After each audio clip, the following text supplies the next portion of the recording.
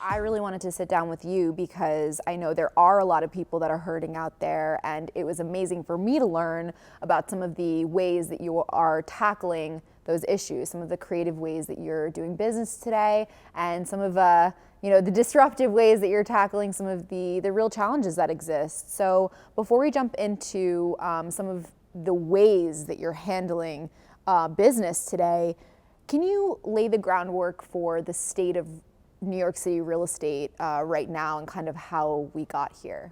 I think we woke up one morning and found out that we had a pandemic.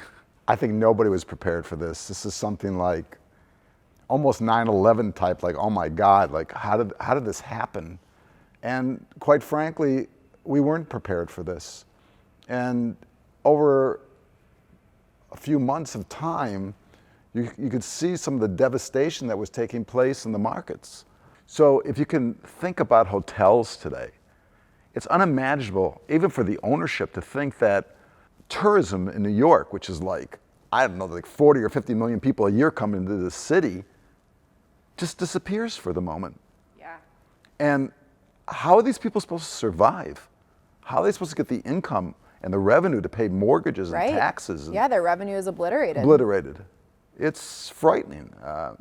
And there's as many as I've heard 640 hotels actually in New York, and it's possible that half of them won't survive. Yeah. So it's unimaginable. And so if you look at some of the other asset classes like office, for example, we know that occupancy is low. Very low. There are some interesting deals that are still happening, and for those companies, they're getting a deal of a lifetime, signing, Facebooks of the world. We like to see that, but for the most part, it is kind of an unprecedented state of the industry. There's no question. Yeah. And something like I said, like 13% of office workers have come back, which is very little. And for people that are trying to reduce their exposure, they're subleasing space. I was told that 50 to 75% off the market prices just to get out of space and to be able to get some income. So we kind of look across the asset classes, we understand the state of things. Restaurants can't pay their rent. They're taking a big hit, especially with potential new closures, into the future. Who knows? We have office that's struggling. We have hotels that has a big unknown now. All of these unknowns make for some pretty interesting opportunities at the same time. And so we'll touch on that later in our series, right? Which is the silver lining. And that's very exciting. But it also creates some real challenges for landlords, investors, and people that are really looking at their portfolios and saying, okay, what do I do here?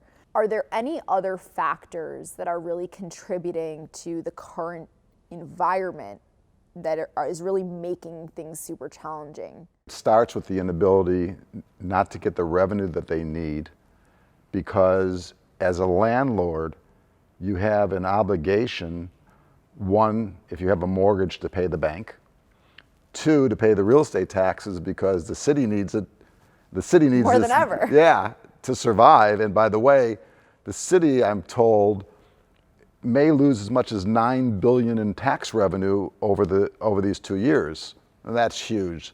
So how do they run the services without that revenue? They have to pay the utility bills and heat and all these other things. Sure. And if they're leveraged up, highly leveraged up, then they have a real, they have potentially a real issue.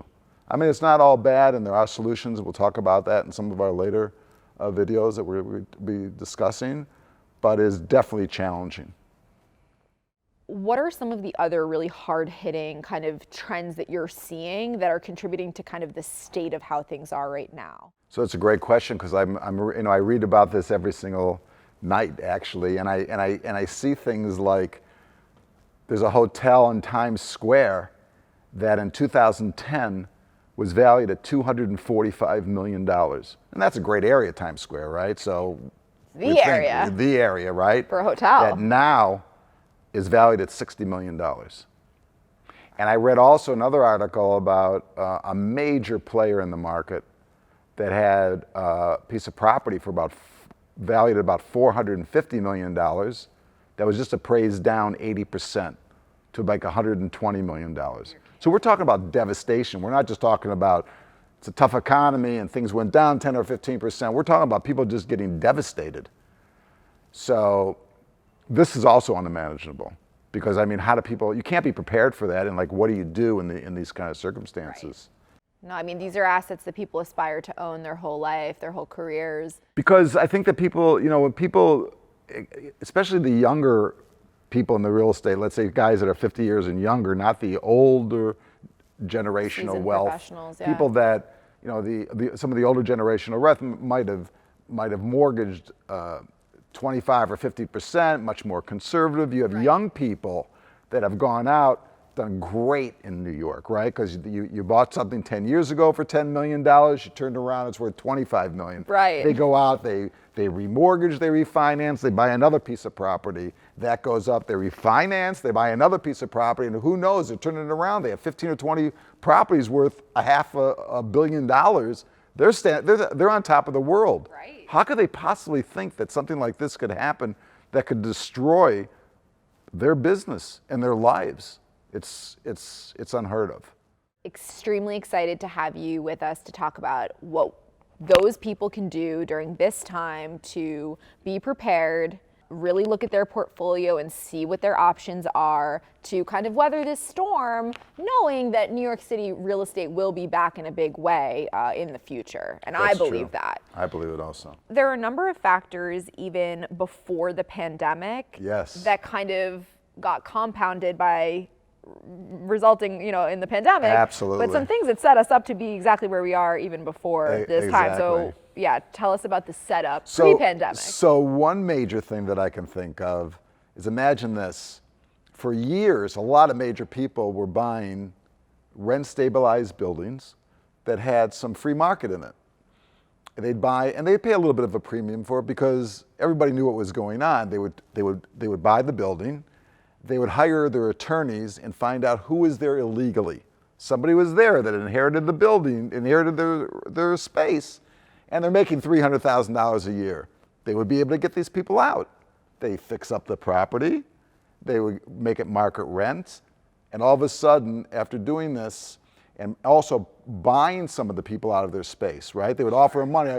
A guy would be a teacher for 20 years. He wanted to retire in Florida. They had the apartment for nothing. They gave him $200,000. They'd move out. They would take the property, they'd fix it up, and then the net operating income, which is basically gross revenue minus the expenses of a property, grew. And when you sell a property or when you appraise a property, it's based on net operating income and cap rates. So that being said, if you had a building that was throwing off $2 million and all of a sudden you were able to build it up to $2.5 million, the $2 million would be worth $40 million and the $2.5 million could be worth $50 million. So you can see they could go back and refinance or they could sell, and made this was a business. And it was done all over New York. I mean, tons of people doing this. And one day they woke up and the government decided, you're not going to be ever do this again. You're not going to make free market spaces. We don't have enough affordable homes here, and it is dead. Those people probably took 30 or 40% loss overnight on their property because the government said you will no longer be able to make anything free market. We're going to keep it affordable, and that's it. And on top of that, by the way, we're probably not going to let you either raise rents for expenses, maybe 1%, when expenses go up probably 2 or 3% a year, leaving the landlords again in a situation that is potentially devastating, especially if that's your primary business.